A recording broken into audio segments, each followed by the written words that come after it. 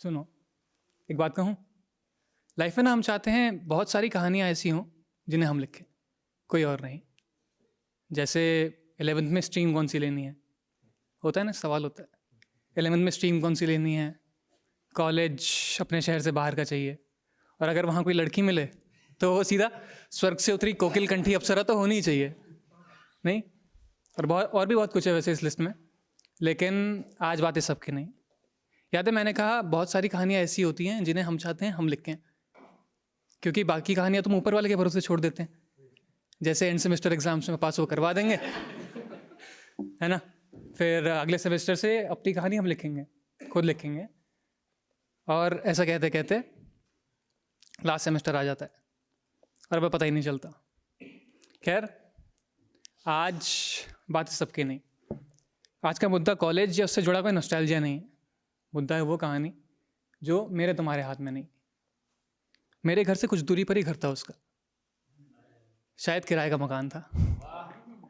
हम एक दूसरे को अक्सर एक नज़र भर देख लिया करते थे, बिन कुछ कहे बिन कुछ सुने, रास्तों में गुजरते।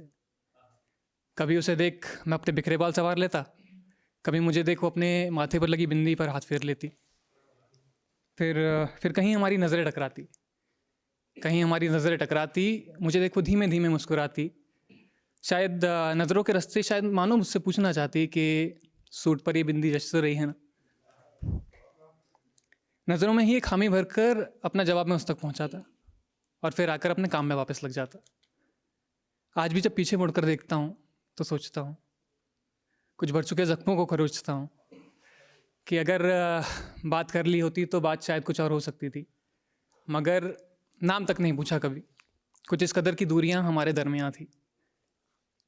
मुझे याद है जब भी वो अपनी दोस्त के साथ पास वाले चौराहे के बाज़ार पर कभी घूमने आती थी तो पैरों में पायल सजा कर निकलती थी। शायद मुझे इशारा देकर मानो मेरे घर की खिड़की पर बुलाती थी। फिर वही सवाल, अच्छी तो लग रही हूँ ना, पायल ठीक तो लग रही है ना। नज़रें शातिर इतनी कि एक नज़र में झूठ पकड़ ले मेरा, नज़रें शातिर इतनी कि एक नज़र में झूठ पकड़ ले मेरा, मगर फिर भी झूठी तारीफ पर इठलाती सयानी थी। दोस्तों, याद रहे इसे लिख कौन रहा था? ये शायद उस ऊपर वाले के लिए की कहानी थी।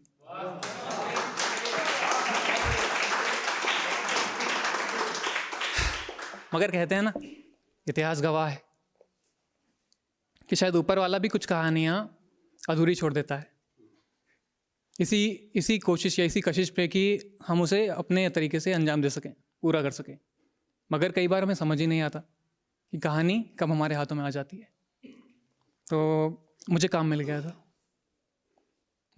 गया था जिसके चलते मुझे घर से दूर आना पड़ा। कहानी अधूरी छूट गई।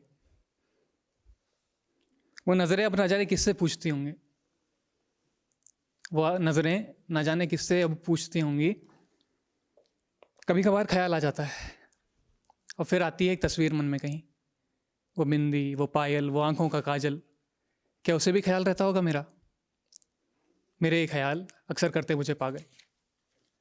फिर कभी जब छुट्टी लेकर, काम को दफ्तर में समेटकर, ज़माने भर की खुशियाँ बस्ते में भरकर जब लौटता हूँ घर, तो अपने हिस्से दी हुई एक कहानी लिखते रहने की कोशिश करता हूँ। उसकी कशिश समझता हूँ, अब उससे बातें भी करता हूँ। कुछ अपनी कहता हूँ, बहुत सी उसकी सुनता हूँ। अपने हिस्से दी हुई एक कहानी लिखते रहने की कोशिश करता हूँ। Thank you.